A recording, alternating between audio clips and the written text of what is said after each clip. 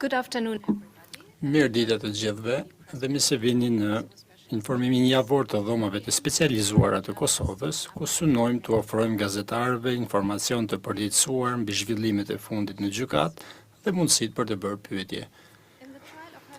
Në gjykimin e Hashim Thaqit, Bashkim Smakajt, Isni Kilajt, Fadil Fazliu dhe Hajredin Kuqit, më 9 qershor, gjykatësi vetëm bëri konstatim gjyqësor të një sër fakteve për të cilat palët janë në pajtim, të cilat u dorëzuan nga prokuroria.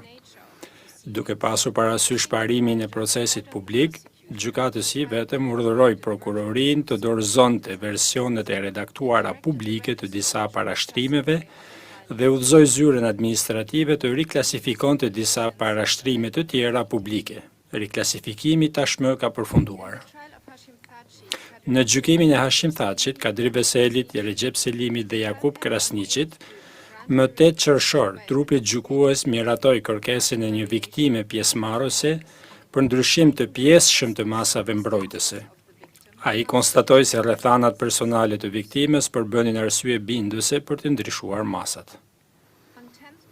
Më 10 qershor, trupi gjykues urdhëroi vazhdimin e paraburgimit të Hashim Thaqit, me konstatimin se ende ekzistojnë rreziqe që në qoftë se lirohet, zoti Thaqi do të pengojë ecurinë e procesit dhe do të kryejë vepra penale të tjera, përfshirë kundër dëshmitarëve që kanë dhënë dëshmi në çështjen gjyqësore.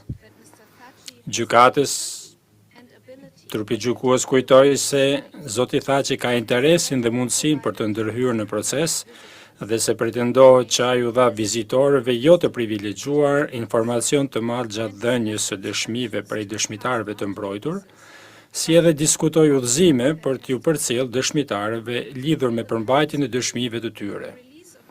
Sipas trupit gjykues, lirimi i zotit Thaqi, kur ai ka në zotërim informacion të ndjeshëm, do të dëmtonte mbrojtjen efektive të dëshmitarëve.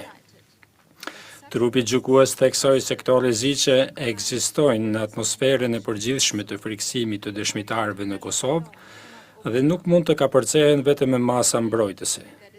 Dhe arritin në përfundimin se vetëm në objektin e paraburgimit të dhomave të specializuara është mundur që komunikimet e zotit Thaqi të kufizohen në një mënyrë që zvoglon mjaftueshëm rreziqet e evidentuara.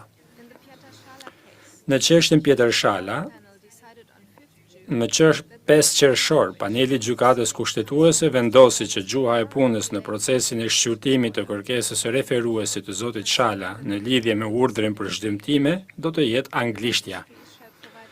Zyra administrative do të mundsoj përkthimet zyrtare me shkrim dhe me gojë në shqipe dhe serbishte.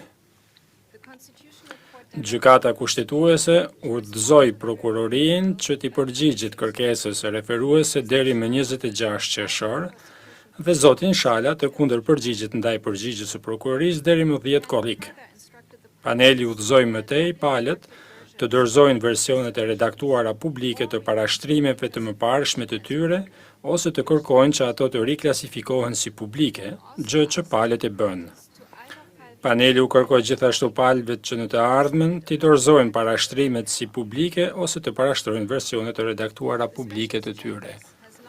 Dhomat e specializuara kanë filluar të postojnë një sër videomateriale shpjeguese në faqen e internetit dhe në kanalet e rrjeteve sociale me informacion të saktë të dorës së parë mbi mandatin, proceset dhe aktivitetet e tyre.